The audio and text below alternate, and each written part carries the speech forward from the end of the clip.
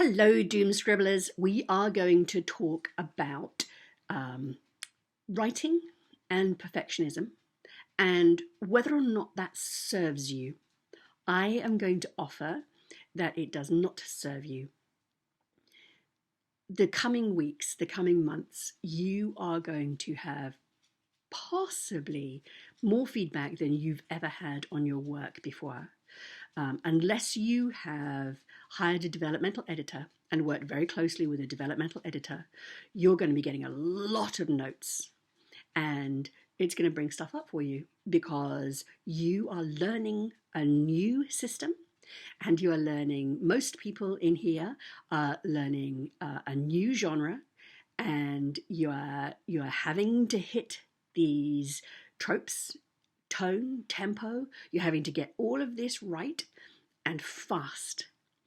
And you're not going to get it all right. And you're going to have to be okay with that, or you're going to be really unhappy. So I am going to talk a little bit. Oh, God, I'm going to try really hard not to kill Stella. But this is my 10th take. And just allowing the fact that she's going to bark is really hard for me. I try really hard in these videos not to think about what I look like or how I present. I try to concentrate on it being about the material, but it makes me absolutely insane that these don't look professional and the dogs are barking and I flub things, and throwing coffee on my computer is the very least of my worries. So I'm going to forgive myself in this moment and ask the question: who requires everything to be perfect? Why does everything have to be perfect the first time around? Whose voice is that in your head? We lived in New York for many years, and I was in the village one day, and there was a guy with a huge sign, and there were pictures, and unless you've lived somewhere where there is a different alphabet, you read everything that is all around you, and it's only when you go someplace where you don't know the alphabet — I lived in Japan for 5 years — that you realize how much time you allow to be taken away from you. You realize how much you're advertised to and how much other people's words are moving around in your vision and therefore in your head. And so after Japan, I made a really, really hard attempt not to be advertised to, for example. So in elevators, I will never look at the screen. When I watch TV, I mute any kind of advertising at all. I'm known for this. Anybody who's been around me will be like, oh, Auntie Kate is muting the telly again. I'm not going to be advertised to. I just refuse it. And when I was in the village, I don't know if I finished this because I'm so tired I can barely even think. This guy had this huge sign, and there were pictures, and right at the bottom it said, "I just stole real estate in your brain." And that really stayed with me because we give it away. We don't just sell it, we give it away. Buy it, sell it, one of those things.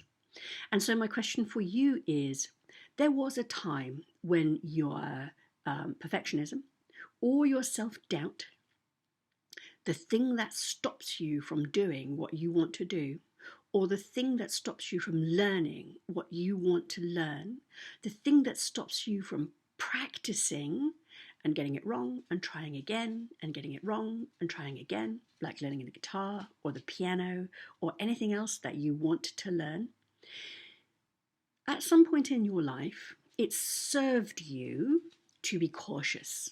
There were perhaps people, very powerful people in your life, parents and teachers, who would have punished you for getting things wrong, or would only have praised you for getting things right. So there are lots and lots of different profiles. The gifted child syndrome is the child for whom something was very, very easy, who will grow up to be somebody who very, very often won't achieve very much, because when they try something new and aren't brilliant at it and aren't praised to the skies, the discord within them is so great that they stop, because the real estate of their mind belongs to somebody else. It belongs to an external praiser or an external critic. And if there is something that you want to do that you are not perfect at. We're going to have to come up with ways in the next few months to quiet down those voices and get you in charge of the voices in your brain. I want you to start taking responsibility for, or take more responsibility if you already do, for not talking yourself down, for not stopping yourself, for going even when it's really hard, for going even harder for what you want. There's so much more to say, but I've got a ton of feedback to give and I want to make another video. So we're probably going to come back to this. This is the Perfectionism Lite version, not in the least perfect, for today. And we are going to come back to this another time because I still have a bunch more to say.